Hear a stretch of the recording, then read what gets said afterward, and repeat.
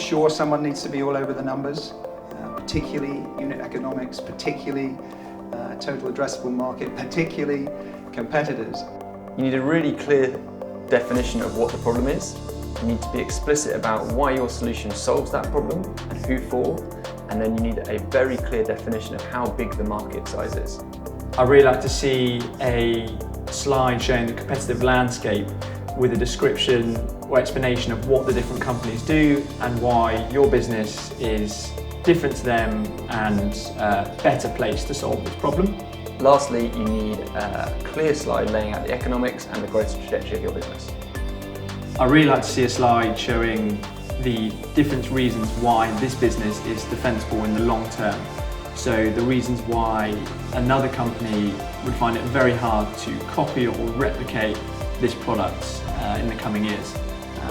But more generally, I think the two really interesting questions are why you and why now?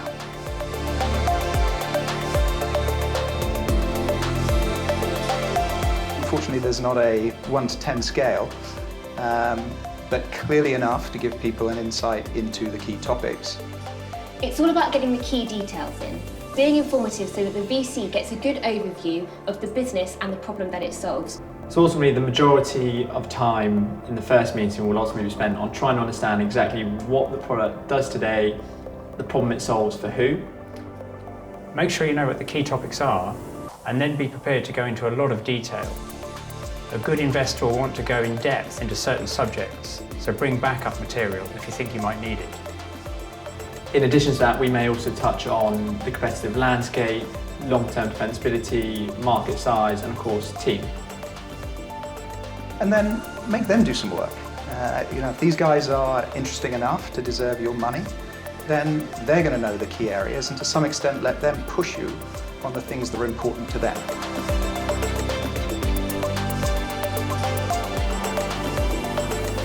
I'm being totally honest with you on this one. Good businesses really stand out by themselves in pitches. What I would suggest is actually spend most of your time and focus on doing justice to your story. It sounds simple, but just be as open and honest as possible. Lots of founders we meet tend to over-exaggerate a little bit on how far developed their product or service is.